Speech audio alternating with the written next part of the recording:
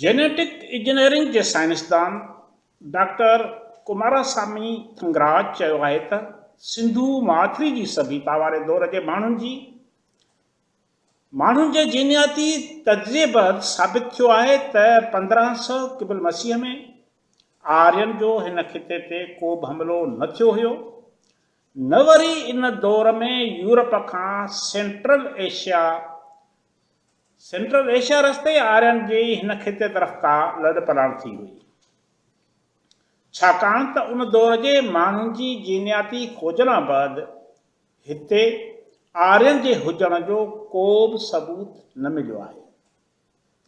Centre of cellular and molecular biology के अॻूणे director ऐं हिंदू यूनिवर्सिटी के वाइस चांसलर डॉक्टर लालजी संघ चयो आहे त हाणे वक़्तु अची वियो आहे त इन जीनियाती तहक़ीक़ बैदि असांखे हिन खिते जी तारीख़ नए सिर लिखणु घुरिजे।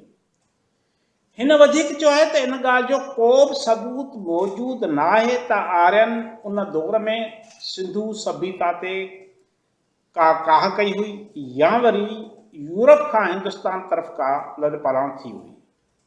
डॉक्टर लालजी सिंह चयो आहे त आर्यन ऐं दरावड़नि में वेड़ वारियूं थ्योरियूं बिल्कुलु बेबुनियाद आहिनि। हिन चयो आहे त सिंधु सभ्यता जे वारसनि खे दरावर करार ॾियण बि बेबुनियाद आहे। सिंधु सभ्यता जा वारस दरावड़ नस्ल जा माण्हू न हुया, न वरी मथिन आर्यन को हमलो करे खेनि लॾ पलाण ते मजबूर कयो हुयो। महिरबानी।